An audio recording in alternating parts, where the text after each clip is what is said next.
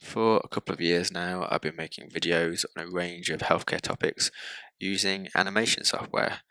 I get asked on a fairly regular basis about the software that I use, so I thought it was finally time that I got around to making a video on how we can use animation as educators to help us effectively teach our students.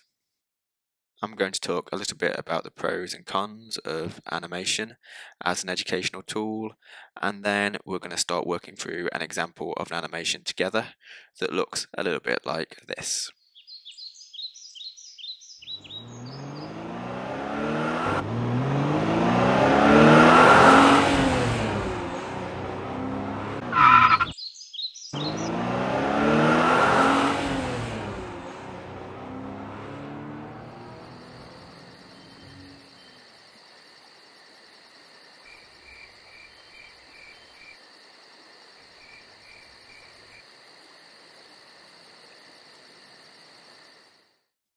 The software I'm going to be talking about today is called Adobe Animate. There are other software programs out there that you might want to have a look at as well, but I'm going to talk about Animate for the simple reason that it's the one that I know how to use.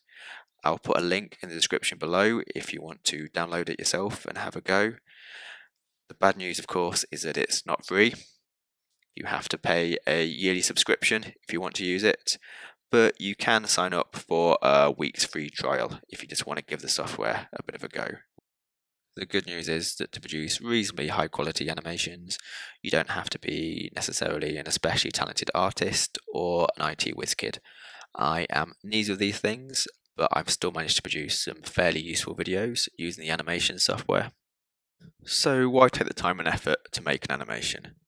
You may, like me, work in education, or you may be a student working on a presentation or project. In either case, animation can be an effective way of engaging with your audience.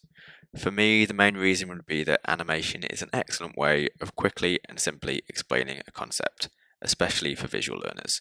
For example, this animation demonstrates how insulin is secreted into the blood by the pancreas, where it interacts with a cell wall, allowing glucose to enter the cell, where it can be broken down for energy. I could, of course, explain this process to someone verbally or in writing, but the animation allows the learner to visualize the process, hopefully making it easier for them to engage with and memorize the concept. As you can see from this animation, I haven't attempted to produce a particularly anatomically correct or realistic looking graphic. Instead, I've used fairly cartoony looking images to simplify a potentially complicated and daunting process. This is a more realistic, less cartoony animation that I've made to demonstrate how electricity flows through a heart that is beating normally. Animation makes it easier for the learner to visualize and comprehend how electricity is helping the heart to beat. These are obviously very medical examples, but hopefully you can use the same principles in your own area of learning. Now that we've looked at some of the reasons to animate, let's get started with the tutorial. When we first turn on Adobe Animate, we'll see a screen that looks something like this. The first thing we're going to do is select a high quality video image, a high resolution video image. So here I've selected 960 x 640, and under platform type, I'm going to make sure that I've selected ActionScript 3.0. Once I'm happy with that, we're going to click Create, which will take us to the main screen. So in front of us, we can see this big white square. This is the canvas, so to speak. This is the area that we can animate upon. And on the left-hand side here, we can see our drawing tools. And the first thing I want to talk about is how we can use Adobe Animate to draw pictures. So we're going to start off with something very basic. There are lots and lots of different drawing tools to start to use, but the easier things to start with are the different shapes that we can select. So from the left here, I'm going to select the oval tool. Over on the right, we can see the properties window. So the first thing I'm going to do is make sure that I've got object drawing mode turned on. There are different circumstances where I might want it turned off, but we'll talk about that at a later date. And I can select what colour I want the outline of my oval to be by selecting the box next to this little pencil icon. So I'm going to select a dark green colour for the outline, and then there's a little paint pot tool with another box next to it, which is going to select the fill colour for the shape. So I'm going to select this green colour. Right, now I can create my oval. To do that, I'm simply going to left click and drag.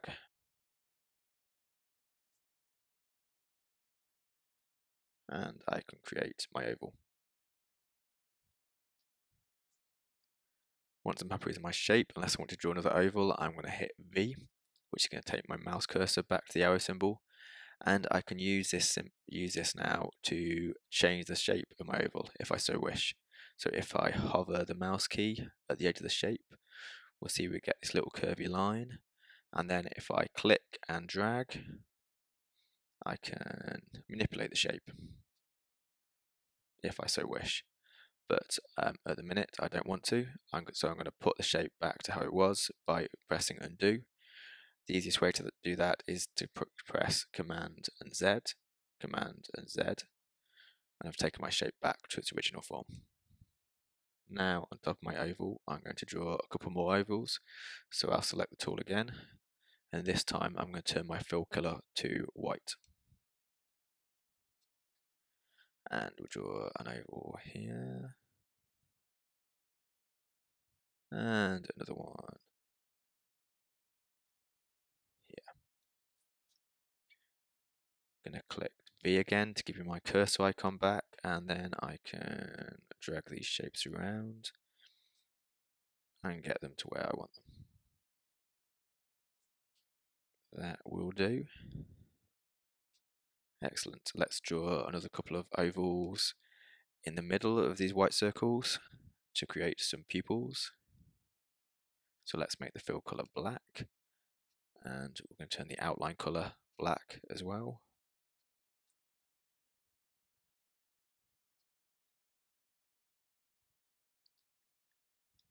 Right, now I'm going to select my line drawing tool, so I can either click on the left hand side or I could just click the N key. And I'm going to click and drag again and create a little line.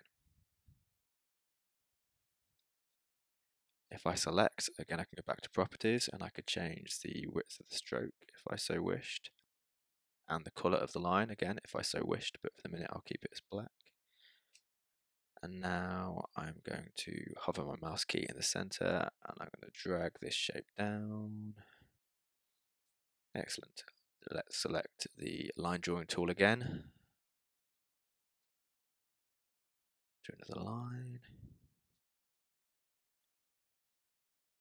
Amazing. And here we have a embarrassingly simple character from which we can work on and do some animation. So now I've made my character, I can attempt to make it move around the screen. I can attempt to animate it. But before I do that, I want to take all these individual shapes that I've made and I want to turn them into one object. So I'm going to left click with my mouse and drag a box around all of them. And then I'm going to right click, and under properties I'm going to select convert to symbol. Now I need to give this symbol a name. I'm going to call it face. I'm going to check that the type of symbol I'm creating is a graphic object, not a button or a movie clip. We don't tend to use those functions for basic animations. And I'm going to click OK. So now I can move this screen around, I can move this object even around the screen, this face, as I see fit.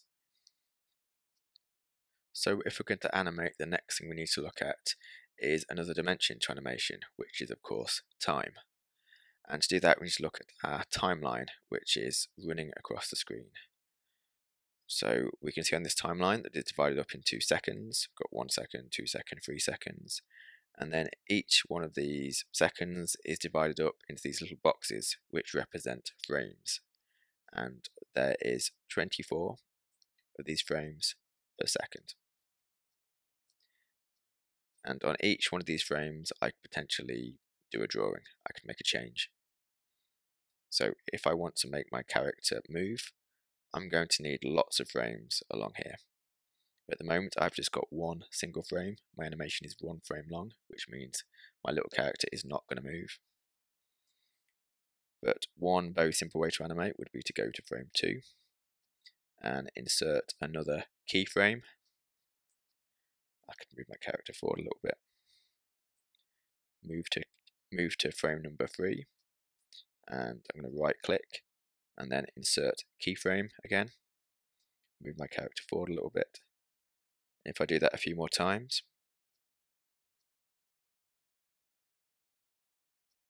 right, I'm going to go back to keyframe 1, and then if I press return, we can see that my character moves. So we've done a very basic, very simple animation, but this is obviously quite time consuming. For those of us that work for a living, it's unlikely, unless we're professional amateurs, that we've got time to do it frame by frame by frame. So let's look at a simpler way to do it. I'm going to delete these keyframes I don't need. I'm going to clear keyframes and then remove the frames, take myself back to just one single frame. And now I'm going to move forward along my timeline all the way to 2 seconds. And I'm going to insert a single keyframe. I'm now going to drag my shape, my face, all the way to the side of the screen. So now we have my face over here on keyframe 1, and on keyframe 2 we have my face all the way over here. And if you look at all these blank keyframes that are filling the space, or the blank frames even, that are filling the place between the keyframes, you can see that they all look exactly the same as keyframe 1. So what I want to do is make the computer insert an animation between keyframe 1 and keyframe 47, or 2 seconds. So to do that, I need to perform a tween. So if I click anywhere between these 2 keyframes and I right click, I can insert create a classic tween. Now I can see that the space between these frames has turned purple, and if I use the comma and full stop key, I can move my character up and down.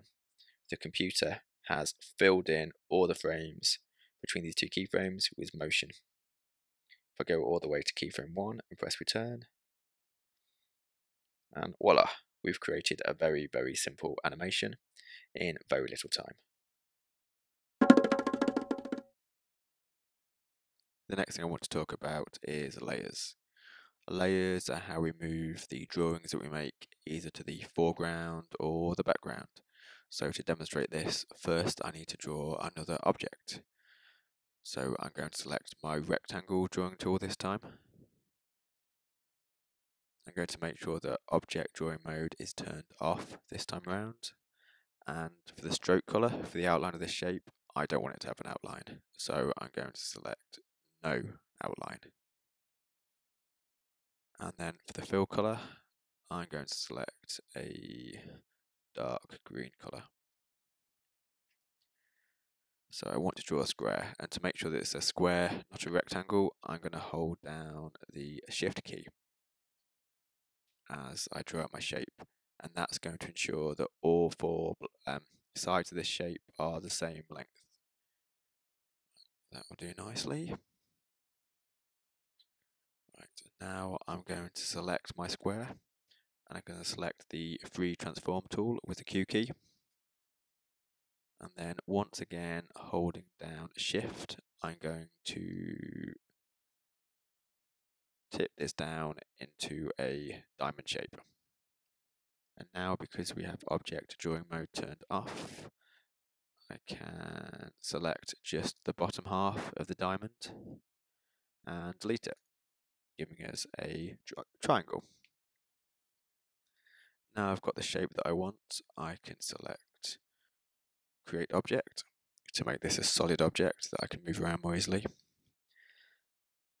And I'm just going to manipulate this shape a little bit.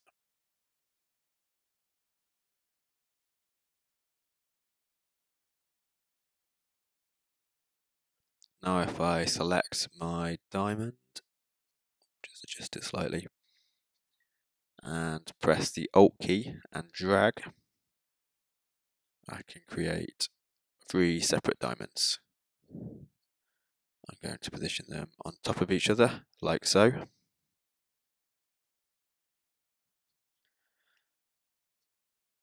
to make the bottom one a bit bigger, the middle one also a bit bigger, and the top one a little bit smaller. Excellent. Hopefully you can see where I'm going with this. Then I'm going to select my rectangle tool again, and this time I want a dark brown.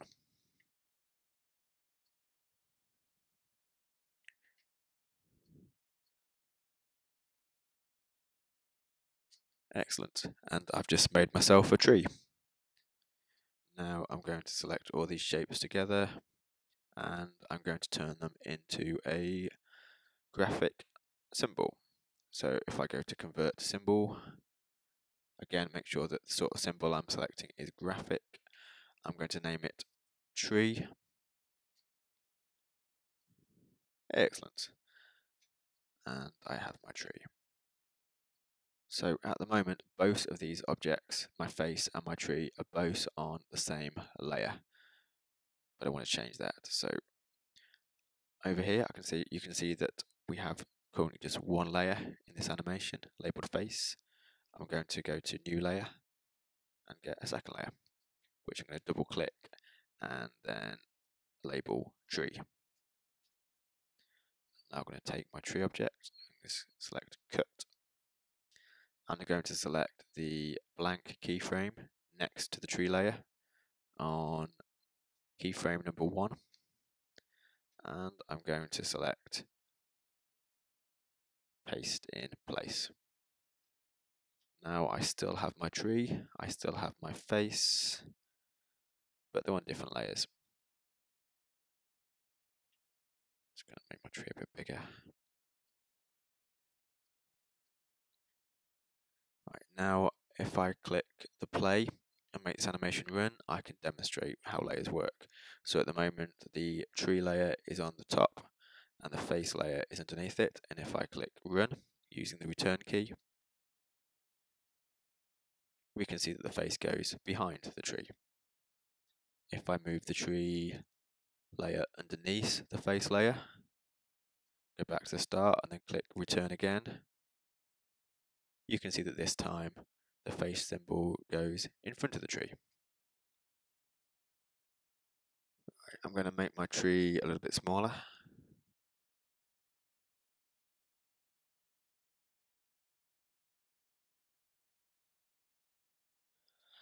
And now I'm going to add in a couple more layers.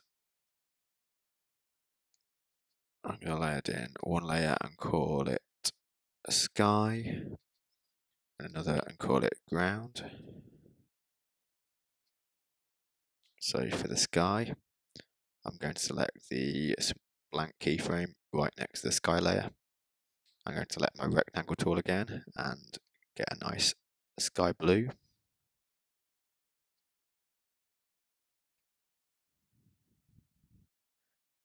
And then for ground, I'm going to click the keyframe next to ground, get back to my rectangle tool, and we'll do a light green.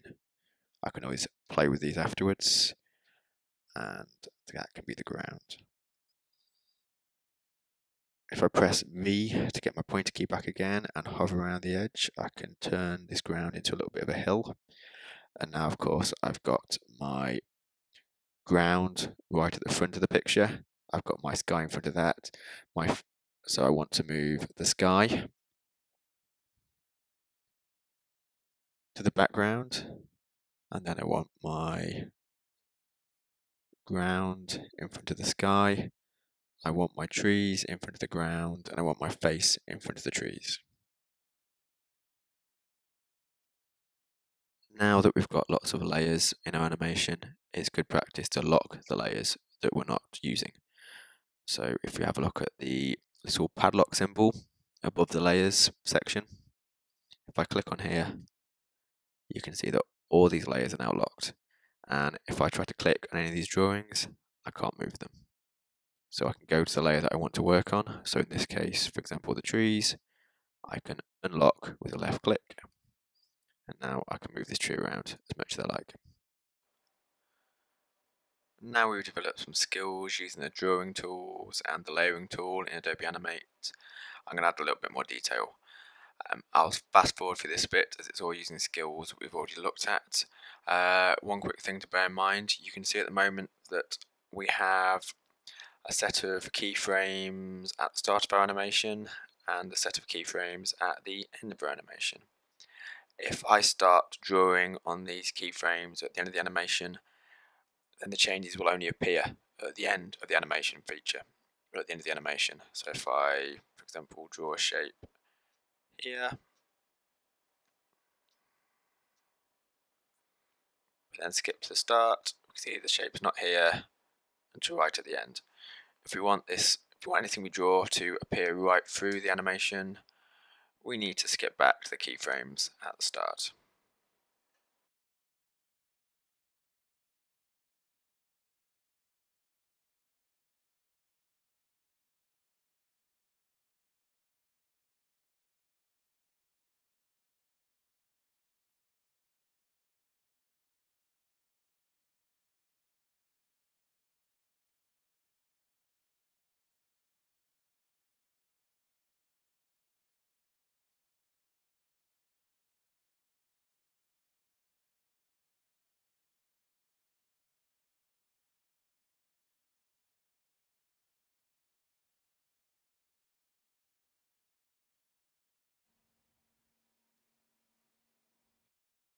So I'm sure you'll agree that what we've done so far isn't the most spectacular, isn't the most professional looking animation ever, but it's the groundwork for making something a little bit more interesting. So now we've got down some basics, we need to start looking at how we can make it look a little bit more visually appealing, a little bit more interesting. So the first thing I want to do is make my little character walk across the screen a little bit more slowly. I think it's going across a little bit too fast at the moment. So looking at my timeline and my face layer, we can see that at the moment it takes him 2 seconds to go from one side of the screen to the other. So I want to change two things. I want to make it take him around 6 seconds instead of 2 seconds, and I want to make it so that he enters one side of the screen and then leaves the other. So I'm going to start off on frame 1, and I'm going to move my character off screen. Then I'm going to move to frame about 47 at 2 seconds, and I'm going to move my character right off the screen. And now I want to take this keyframe and I'm going to drag it to the 6 second mark. Now I'll go back to the start, and now if I press play on my animation, see the character enters the screen, makes his way slowly from one side to the other, and then leaves the screen. You'll have also noticed that halfway through that, all of my background disappeared. And that's because though my face animation had his movement extended, the frames for my background ended at 2 seconds. The final frame was at 2 seconds. So I need to take all these frames, or these layers, and I need to increase their runtime also to 4 seconds. So let's do that now quickly, or to 6 seconds. That's my trees. Move my house. I can just click and drag. And I should be able to do several at once if I highlight both the path layer and the sun layer, and then I can drag both at once, save myself a little bit of time. And then finally the ground and the sky. Okay, now if I press Command and Enter on a Mac or Control and Enter on a normal PC, I should be able to run a preview of my animation. I can see that my little character is now moving slowly from one side of the screen to the other, and it will keep on playing this over and over and over again. Okay, so it's a little bit slower now. Close that down, and then let's think of some other ways to make this animation a little bit more interesting. Let's talk a little bit more about symbols. So at the moment, we have two different symbols. We have our face animation, which is a symbol, and we have our trees, which are also saved as a symbol. So to illustrate a point, let's unlock the layer with all our trees on. So I'm going to double click on just one of these tree icons. That has effectively taken me inside the symbol. We can see that we just have layer 1 at the top here now. All the other layers have disappeared. That's because I've gone inside the symbol. It will make a little bit more sense in a second. So we have layer 1, which is the actual body of the tree, and on top of that I'm going to add a second layer and call it lights. And if I zoom in a little bit, I can use Command and plus or Control and plus. Draw a little light here, like it's a Christmas tree, and we've decorated it. I'm not going to keep this, it's just to demonstrate the point. Do a little light on the top of the tree as well. Excellent. I'm going to click V to get my cursor back, and now I'm going to click back here to go back to the scene. So I'm going out of my graphic symbol now and back into the scene, out of my symbol. And we can see that this change I've made to one tree has been replicated across all the trees. So a change I make to this symbol will also happen to any replicas I have of that symbol. However, I don't particularly like these lights, so I'm going to go back into the symbol by double clicking on it. I'm going to delete this layer called lights. And if I go back to scene 1, the lights have disappeared. So I'm going to lock this layer again, and I'm going to have a closer look at the face symbol.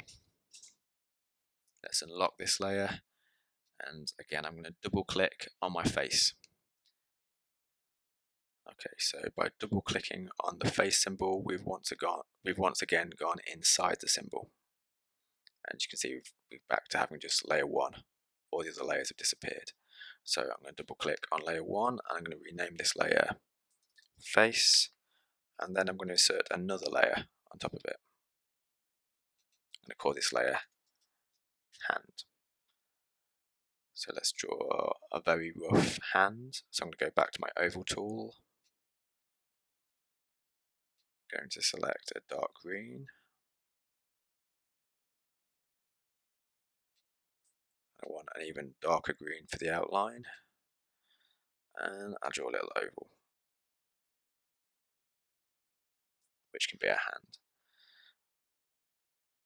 Just going to give it a little bit of an indent, make it look a little bit more hand-like. Kind of. I think I'll tip it back a little bit. Okay, excellent. I think that will do. It will illustrate the point. Just give it a little bit more of a finger. There we go. So what I want to do is animate this hand swinging backwards and forwards as the character moves along through the main animation. And to do that, I can effectively create an animation inside the main animation. I can create a looping animation inside of this symbol. So the next thing I want to do is turn this hand into a symbol of its own. I'm going to turn it into a symbol in its own right. So I'm going to highlight it, and I'm going to right click, and I'm going to select convert to symbol. I'm going to call this symbol hand. Now if I was to click Q, it's already come up, but we can see that we've got our free transform tool again selected, and when we select the free transform tool, we get this little white dot that appears in the middle. So if I move this white dot, I can just click on it and drag it,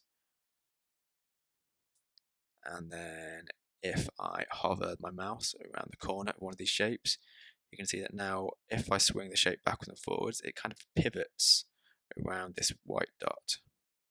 And we can use this to create our animation.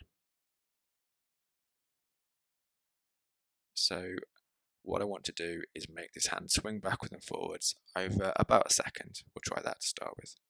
So I need to insert a new keyframe for the hand layer at 1 second, 24 frames. So I'm going to insert a keyframe.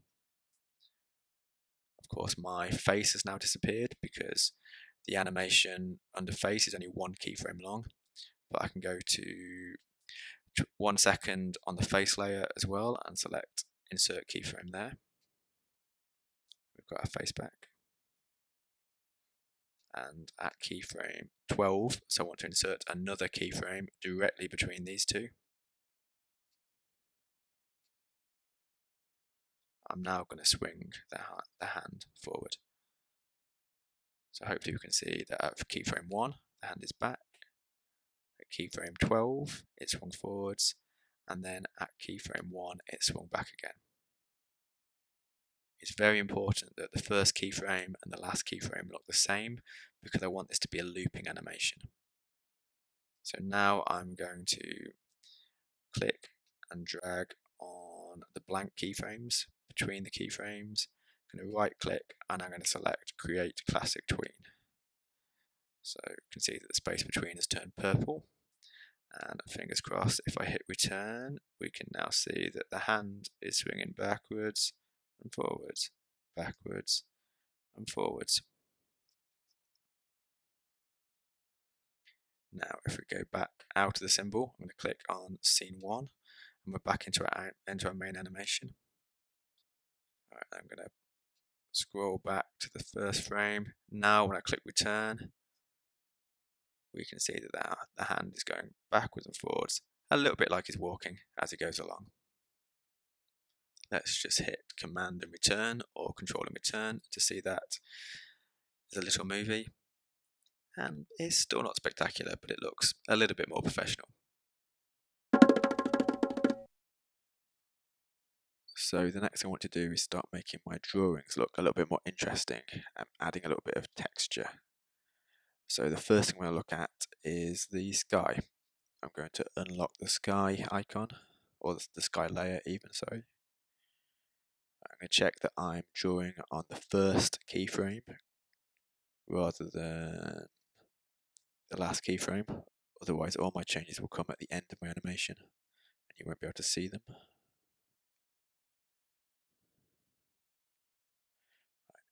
So I've selected the sky and now I'm going to go over to this little symbol over here, which is where the colour pot is kept. I'll click on here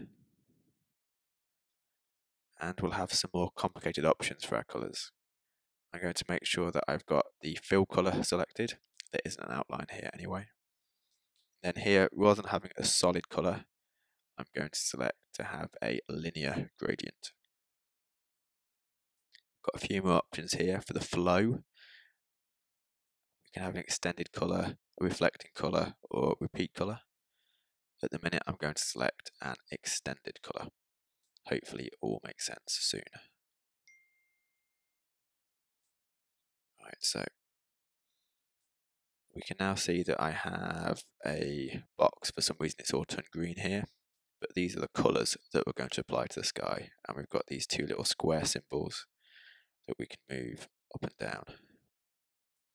I'm going to select one of these symbols and then I'm going to select a very light shade of blue. So on the colour gradient here, I click here till I get towards the lighter shades of blue, and I want a shade of blue that's very, very light, almost white. Okay, I think I'm happy with that. And then for this one, I'm going to select a slightly darker shade of green, of blue even. So I can go up and down here with my mouse until I get a selection of colours that I like.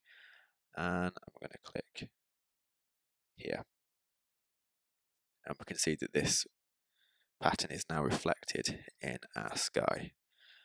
And I could move this a little bit this way, make it give us a bigger darker area, or I can move this way and pull this way, give us more of a greater lighter area.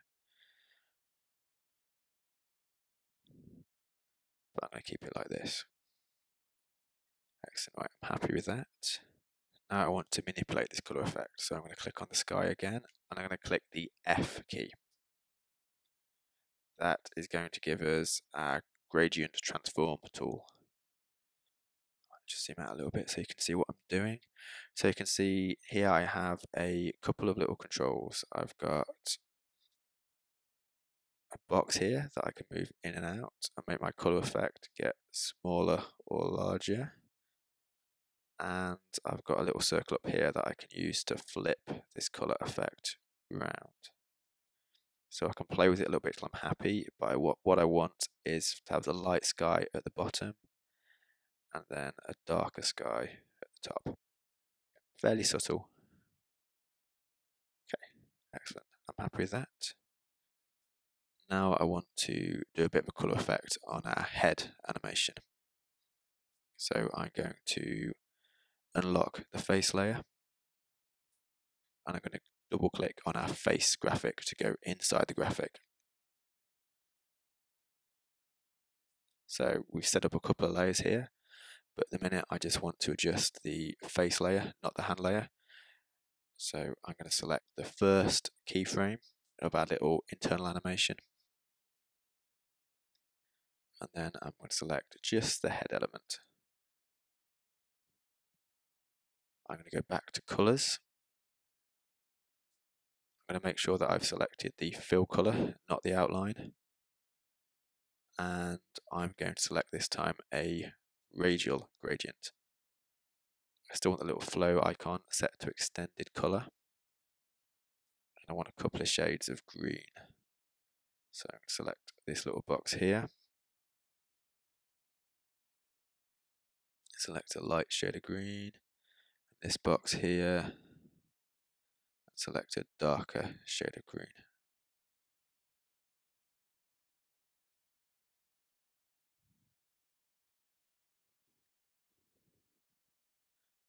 Make this a little bit darker. This a little bit darker. Yeah, I like that better. Okay, excellent. Now I'm going to go back to our gradient transform tool. So I'm clicking on the head icon and clicking F,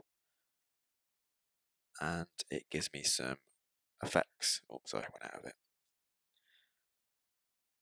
So multiple effects here. It's worth having a bit of a play, see what you can do with it. But if I click on this little circle thing at the bottom, I can rotate my colour effect around. If I click on this one, I can make my colour effect get bigger or smaller. This one, I can sort of alter the shape of the colour effect. Then here I can change kind of the point of focus. So I have a bit of a play until I'm happy.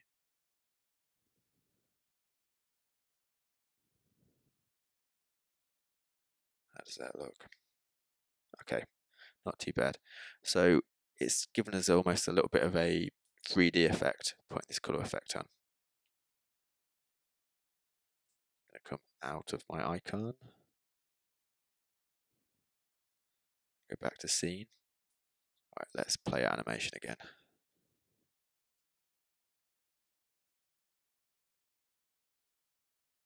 So you can see it kind of flashes as it walks along. If I go back into my icon, into my graphic symbol, that's because I made all of these changes on the first frame, but I haven't made any changes to the last frame in this animation. The last frame of this animation returns and looks exactly as it did before.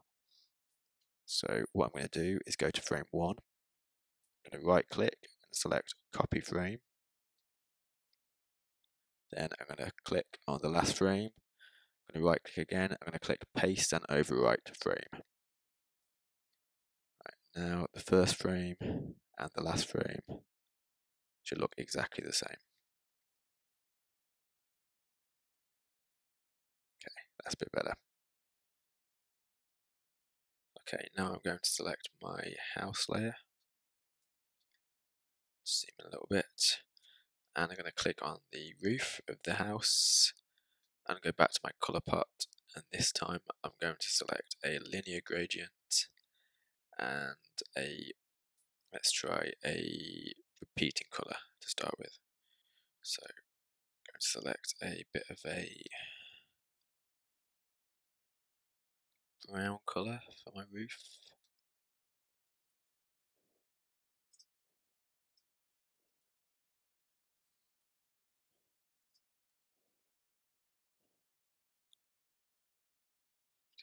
Excellent. Let's try this. Go back to my gradient transform tool. I can click F, or I can select it from this little square symbol down here. I'm going to rotate it around.